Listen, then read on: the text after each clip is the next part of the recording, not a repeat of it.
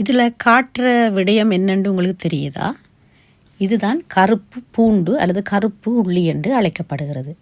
என்னுடைய நண்பி ஒருத்தி சைனாக்கு போயிருந்த போது அங்கிருந்து கொண்டு வந்த உள்ளி தான் இது. இது இயற்கையாக செய்யப்படுற உள்ளி இல்லை. உள்ளியை வேறு ஒரு முறையில் பாதுகாத்து அதுக்கு ஒரு நொதுக்கல் வேலை செய்து இந்த கருப்பு உள்ளியாக மாற்றிக்கொள்ளிக்கணும்.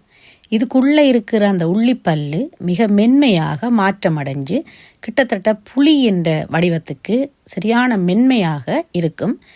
அதன் சுவையும் புளிப்பு இனிப்பு சேர்ந்ததாக இருக்கிறது. சாதாரண உள்ளியின் சுவை மாதிரி இல்லாமல் புளிப்பு இனிப்பு சுவையாக இருக்குது. இது உடல் நலத்துக்கு நல்லதென்று சொல்லிக்கணும். இதயத்திற்கு நல்லம், உடல் ஆரோக்கியத்துக்கு நல்லம் என்று சொல்லிக்கணும். ஆனால் இது செயற்கையால் செய்கிறதால நல்ல விடயமா இல்லையாண்டு எனக்கு புரியலை. ஏண்டா உள்ளி இயற்கையாக கிடைக்கிறது.